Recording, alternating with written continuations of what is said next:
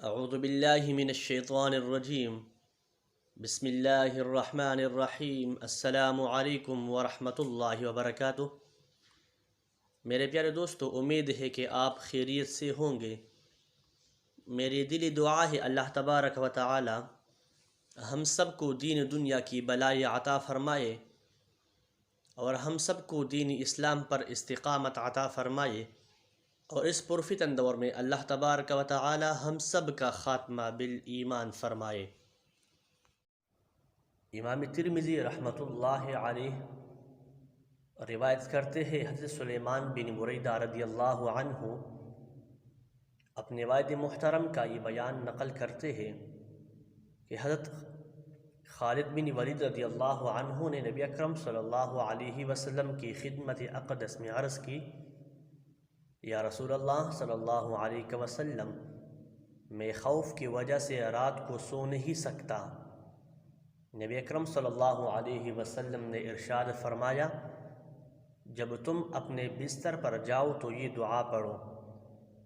اللہم رب السماوات السبع وما اضلت ورب الارضین وما اقلت ورب الشیاطین وما اضلت کن لی جارا من شر خلقک کلہم جمیعا ان یفرط علی احد منہم وان یبغی عز جارک وجل ثناؤک ولا الہ غیرک لا الہ الا انت، جس کا ترجمہ یہ ہے، اے اللہ، اے سات آسمانوں اور ہر اس چیز کے پروردگار جس پر ان آسمانوں نے سایہ کیا ہوا ہے، اے تمام زمینوں اور ہر اس چیز کے پروردگار جو اس پر چلتی ہے، اے تمام شیاطین کے پروردگار اور ان کے پروردگار جنہیں ان شیاطین نے گمراہ کیا ہے، تو میرے لیے اپنی ساری مخلوق کے شر سے پناہ بن جا، ان میں سے کوئی بھی مجھ پر زیادتی نہ کر سکے، مجھ پر ظلم نہ کر سکے، تیری پناہ زبردست ہے، تیری ثنا بزرگ و برتر ہے، تیرے علاوہ اور کوئی معبود نہیں ہے، صرف تو ہی معبود ہے۔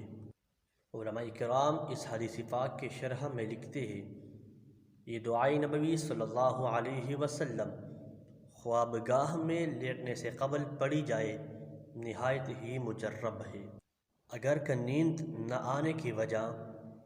خوف ہو یا کوئی اور وجہ ہو، مثلاً کوئی ذہنی سکون نہ ہو یا کسی اور مسئلہ کا کوئی ٹینشن وغیرہ ہو،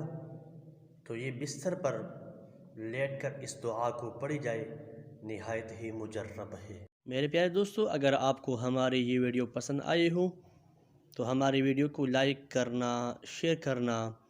ہمارے چینل کو سبسکرائب کرنا اور ہمیں اپنی دعاؤں میں یاد کرنا نہ بھولیے گا۔ والسلام۔